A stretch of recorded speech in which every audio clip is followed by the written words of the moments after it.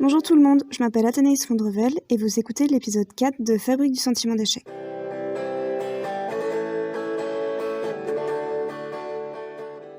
Pour ce 4e épisode, j'accueille David, il a 28 ans. Bonne écoute.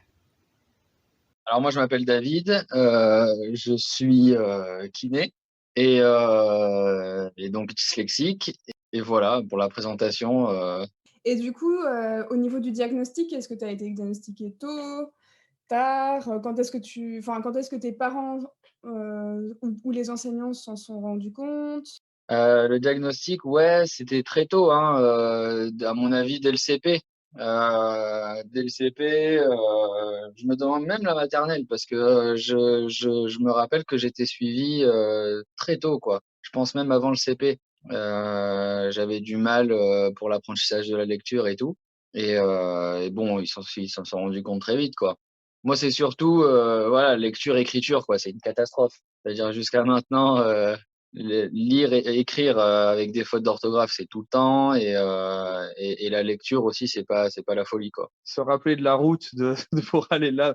Enfin, en fait, mais je pense que ça, c'est aussi juste ne pas avoir le sens de l'orientation. Tu vois, j'ai un sens de l'orientation de merde. Est-ce que c'est dû à ma dyslexie? Je sais pas. Tu vois. J'ai passé le brevet, le bac, tout avec le tiers-temps. Et voilà, orthophoniste toute ma vie. Encore maintenant? Non, pas pendant mes études. Mais ouais, bien jusqu'en première, hein.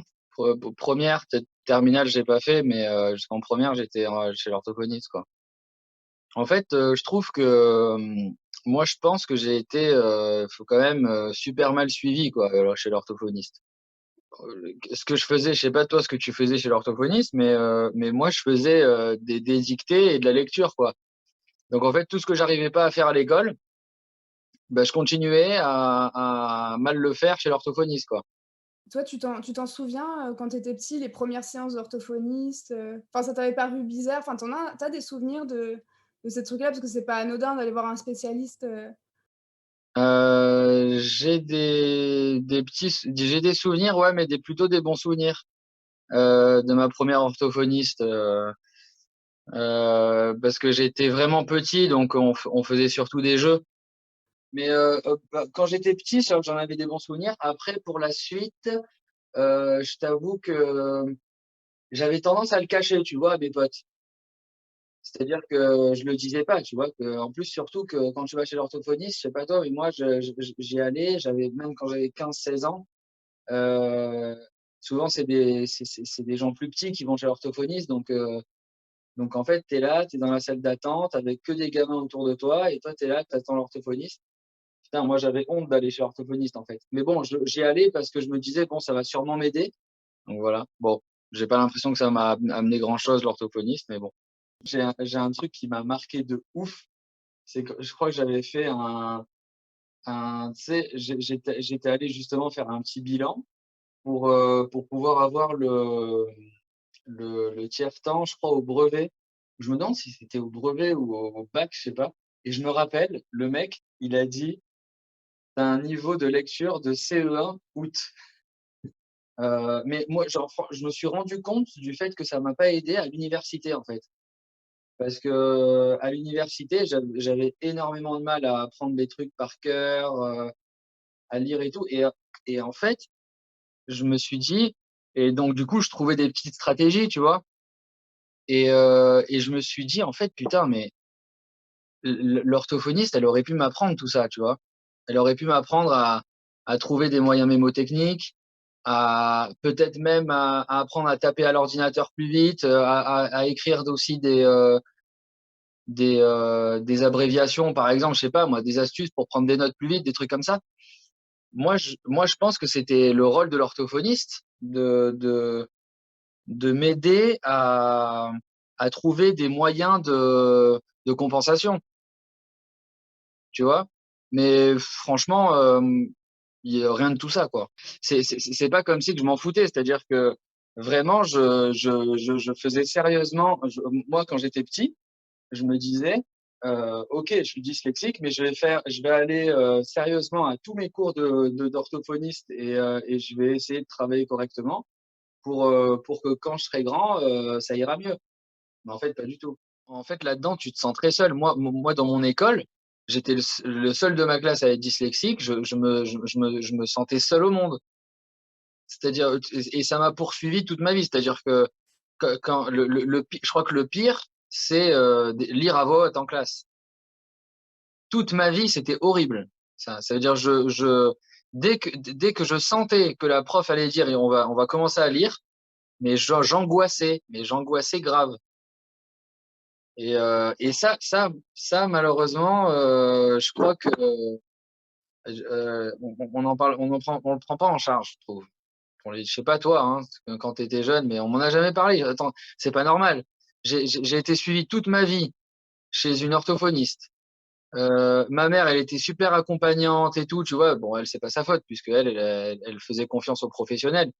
Mais comment se fait-il que mon orthophoniste m'ait pas dit un jour comment tu vis le truc, comment tu réagis face à ça, c'est pas difficile pour toi quand tu dois lire en classe, tu vois, comment ça se fait qu'on n'en a pas parlé de ça?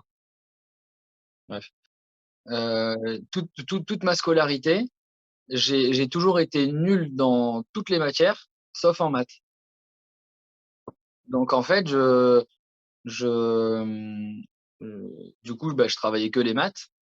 Et, et oui, et bon, voilà, brevet, je m'en souviens pas trop, mais bac de français, j'ai eu 5 à l'écrit. Et à l'oral, je m'en suis sorti, j'ai eu 11, tu vois, mais en fait, pour moi, tout ce qui était écriture, rédaction, machin, je savais que c'était mort pour moi, je le travaillais même plus. Genre, moi, tu vois, les maths, genre, je pense que j'étais pas spécialement bon en maths, sauf que les maths, c'était génial pour moi parce que les maths, t'as un problème, il fait 4 lignes, et après, donc tu lis ces 4 lignes. Donc moi, je galère à lire ces 4 lignes, à essayer de le comprendre. Et après, une fois que tu as fait ça, ben, pendant je sais pas combien de temps, tu t'écris des formules et des machins. Et donc, pendant ce temps-là, tu lis pas. Parce que moi, tu vois, le fait que je pense que le fait que je fasse des fautes d'orthographe, toute ma scolarité, ça m'a complètement bloqué sur la rédaction. En fait, je me sentais pas capable de rédiger un truc, sachant que j'allais faire des fautes. Ouais, ou le moins possible. En fait, en français, j'ai jamais eu, enfin, j'ai toujours eu entre 3 et 4 de moyenne. Donc, tu vois, et en fait, je faisais un rejet de tout ça. Et je me dis que c'est dommage parce qu'en fait, si on m'avait dit, écoute, tu peux faire, tu peux quand même rédiger, tu peux quand même donner tes idées ou bêtement appliquer, par exemple, pour le commentaire de texte, par exemple, bêtement appliquer cette recette en faisant grand 1, grand 2, grand 3 et deux, trois idées dedans, bah, peut-être que j'aurais un peu plus de points. Mais, mais je le faisais pas parce qu'en fait, je me disais, bon, de toute façon, je vais faire une tonne de fautes, je vais passer pour un con. Donc, autant ne rien faire et avoir deux, quoi. Quand j'étais ado, je faisais genre le mec qui veut pas travailler, tu vois. Genre, je faisais genre le gars qui s'en fout, tu vois, qui est avec ses potes, qui écoute pas trop le prof et tout. Mais en vérité, c'était juste pour camoufler le fait que j'étais bidon, quoi. T'as tes potes qui travaillent pas et qui ont des mauvaises notes. Mais eux, ils s'en foutent, quoi. Et toi, t'es là, tu travailles et t'as la même note qu'eux. C'est horrible. C'est horrible, ça. Puis surtout, hein, tu trouves pas, genre, en France, il y a un peu, surtout quand t'es à l'école, il y a un peu ce truc du style, ouais, si tu travailles, t'es un télo, t'es un paillot et tout. Et moi, alors, du coup, moi, je cachais le fait que je travaillais, tu vois. Genre, t'as fait quoi ce week-end? Ah, j'ai rien foutu, j'étais joué à la play. Mais en fait, j'ai travaillé. J'ai passé 4 heures à faire semblant de travailler parce que je savais pas comment faire. Et 4 heures à essayer d'apprendre un truc en vain, tu vois.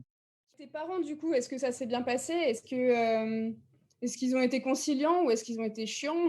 Est-ce que tu te souviens de ça? Ma mère, elle était hyper cool. Enfin, elle a tout fait pour que ça se passe bien, mais de ouf, quoi. C'est vraiment, c'est grâce à elle que j'ai eu le tiers-temps, celle qui s'est renseignée pour tous les aménagements, enfin tous les aménagements, surtout le tiers-temps, en fait. Donc, ouais, ma mère, franchement, Je lui dois beaucoup pour ça. Mon père, c'est un gros caractère, donc il est plutôt euh, un peu à nous engueuler, tu vois, à chaque fois que tu fais une connerie et à chaque fois que tu as une mauvaise note. Donc ça, c'était pas super cool parce que pour un dyslexique, voilà, qui a du mal à apprendre, l'engueuler quand il a du mal à apprendre un truc, c'est pas la meilleure solution. Mais bon, c'est comme ça. Mais du coup, je pense que ça, tu vois, ça, au niveau confiance en soi et acceptation aussi, tu vois, accepter. Moi, j'ai accepté, je pense, ma dyslexie très tard, tu vois. Je pensais pas avoir un problème avec ça, mais je me suis rendu compte au fur et à mesure que c'était un vrai souci, malgré que j'ai été bien encadré, mes parents étaient quand même compréhensifs, à l'école ça se passait bien et tout. Mais je pense qu'accepter être dyslexique, c'est difficile.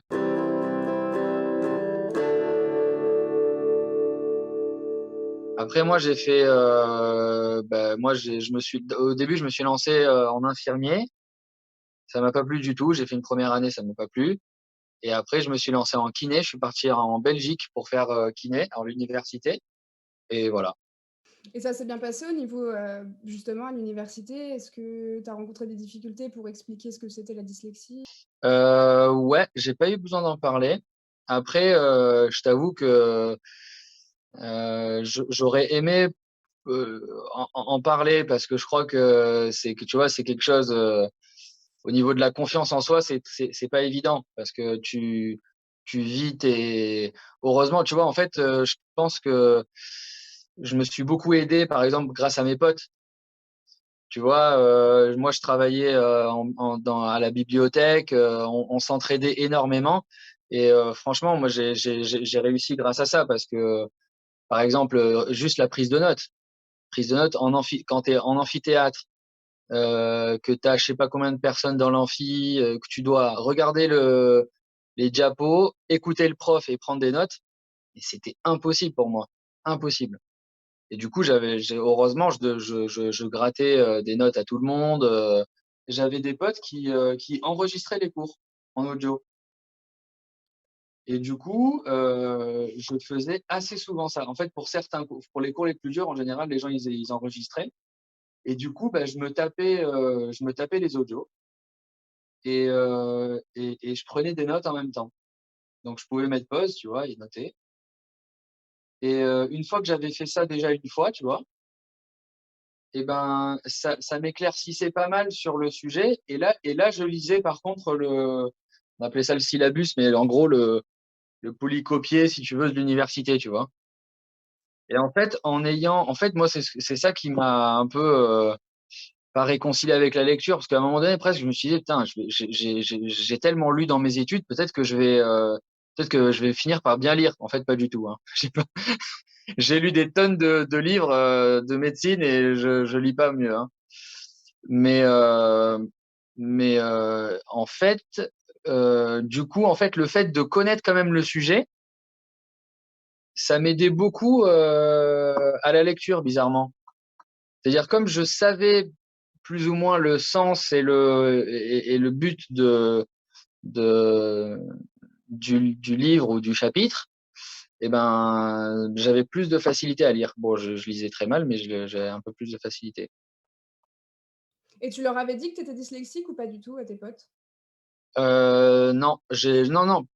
Mes potes très proches, ouais, mais la grande majorité, je voulais surtout pas qu'ils le sachent. Ah, mais c'était la honte. C'était une marque je voulais pas passer pour un con, quoi.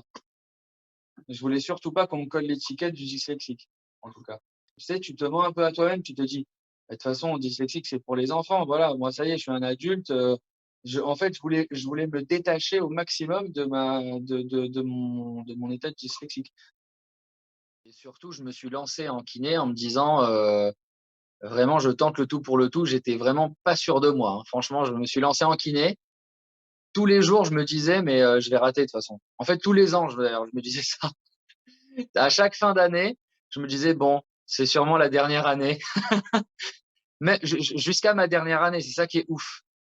C'est que quand, voilà, voilà, quand on parle du manque de confiance des dyslexiques, c'est ouf parce que tu arrives en dernière année de kiné, tu as fait tous les examens les plus difficiles que tu puisses passer et tu arrives en dernière année, tu te dis putain, mais si ça se trouve, j'ai raté ma dernière année. Donc, voilà.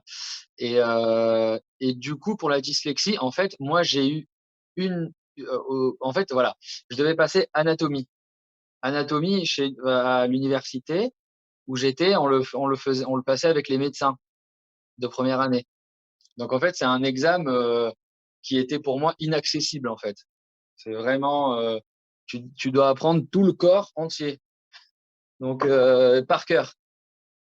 Et comme voilà, enfin voilà, en fait, pour moi, c'était, et surtout que il y avait un QCM qui était projeté avec un projecteur, quoi. Donc, tu avais 1 minute pour lire la question, répondre, et après, tu pouvais pas revenir dessus. Donc, en fait, le temps de lire et de comprendre, dans ma tête, je me disais, mais je vais jamais y arriver. Et du coup, j'ai demandé le tiers-temps. Il m'a été accordé, sauf que sauf que c'était horrible parce qu'en fait, je suis arrivé à l'examen et il y avait tous les kinés, tous les médecins. En fait, ça représentait peut-être, mais je sais pas combien de personnes. Il devait y avoir 500 personnes, tu vois. Et quand le mec a dit bon alors pour les tiers-temps, il y avait que moi qui était là et qui a fait ouais c'est moi. Et t'avais tous les gens autour qui disaient mais c'est quoi tiers-temps, c'est quoi tiers-temps, c'est quoi tiers-temps. En fait c'était humiliant, mais c'était horrible, tu vois. Et donc je me suis assis comme un con dans l'amphithéâtre. Mais il faut imaginer l'immensité de l'amphithéâtre. Et toi t'es là comme un con avec ta feuille pendant que tout le monde passe devant toi et dit mais qu'est-ce que tu fous là, qu'est-ce que tu fous là, qu'est-ce que tu fous là, tu vois. Et bon évidemment j'ai raté mon examen. Et à ce moment-là, je me suis promis de plus jamais demander de tiers-temps parce qu'en fait, ça m'angoissait trop. Je pouvais pas. Et donc, j'ai passé mon examen d'anat en rattrapage. Bon, après, franchement, j'ai travaillé, j'ai tellement travaillé que j'y suis arrivé, même avec les questions projetées, il n'y avait pas de problème. Mais voilà, à ce moment-là, j'ai vraiment fait un rejet de ma dyslexie. Je voulais pas en parler, je voulais pas, tu vois. Donc après, j'ai fait mes études sans tiers-temps, quoi. Maintenant que j'y repense, il y avait un mec dyslexique dans mon université. Le pauvre, il avait mais en plus de ça, lui, tu vois, moi j'avais beaucoup de peine pour ce gars-là parce qu'il s'était aussi très mal intégré à l'université, tu vois. Et en fait, bah, après, voilà, il avait peut-être un problème de relation sociale, c'était pas fluide, tu vois. Et un jour, je me rappelle, je crois à la présentation de son mémoire, il avait, il avait mis à la fin, merci pour votre attention, avec merci IE. Et tout le monde s'était foutu de sa gueule, mais moi, et alors, à ce moment-là, moi, tu sais, bon, moi, je rigolais pas du tout parce que pour moi, je me suis dit, ça peut m'arriver à moi, tu vois. Et tu vois, et en fait, à ce moment-là, je me suis senti nul parce que évidemment, j'ai rien dit comme un con. Et je me suis dit, putain, mais j'aurais dû prendre sa défense, en fait. Tu vois? Mais j'avais pas le courage. Mais tu vois, mais après coup, en fait, c'est con. C'est con parce que moi, en plus, c'était mes potes qui se foutaient de sa gueule. J'aurais dû leur dire, mais les gars, arrêtez, ça va, c'est pas parce qu'il écrit mal, tu vois, tu peux le dire, tu vois, mais voilà. Moi, j'étais persuadé que quand j'allais avoir mon diplôme, ça allait changer ma vie parce qu'en fait, je me prouvais à moi et surtout aux autres. Parce que quand tu es dyslexique, t'as pas confiance en toi. Donc, tu as besoin de prouver à tout le monde que t'es valable, tu vois. Et je me suis dit, putain, mais quand j'aurai mon diplôme de kiné, ça va être génial. Je vais être guéri de tout ça. Mais en fait, pas du tout. Et donc, c'est à ce moment-là que je me suis dit, en fait, bah voilà, faut juste pouvoir en parler, pouvoir l'assumer aussi, l'assumer auprès de ta famille, tes potes. Voilà, même le dire en rigolant, tu vois. Mais au moins dire, ouais, les gars, moi je suis dyslexique et alors, c'est pas grave. C'est une façon de l'accepter, c'est une façon d'être cool avec ça, quoi. Un jour, j'étais à une soirée et avec des gens que je connaissais pas super bien. Et à un moment donné, il parle d'un truc de rédaction et tout. Et il y a un mec qui fait, ah ouais, les gars, mais moi, ce genre de truc, c'est mort, je peux pas, je suis dyslexique et tout. Et je me suis dit, putain, mais il a les couilles de dire à toutes ses potes, je suis dyslexique. Alors, pour moi, c'était impossible. Alors que tous mes potes, parce que tous mes potes, c'est mes potes qui ont grandi avec moi, qui étaient à l'école avec moi, donc ils le savent très bien. Mais je pouvais pas le dire et le revendiquer comme il le faisait lui, tu vois.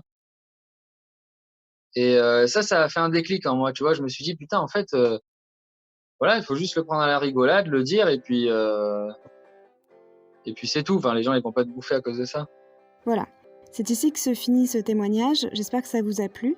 N'hésitez pas à le partager autour de vous. Si vous-même vous voulez témoigner, n'hésitez pas à me contacter via Instagram ou Facebook. Vous pouvez également me soutenir via la page Tipeee Fabrique du sentiment d'échec. La musique est de Lisa Chetto et je vous retrouve bientôt. À bientôt.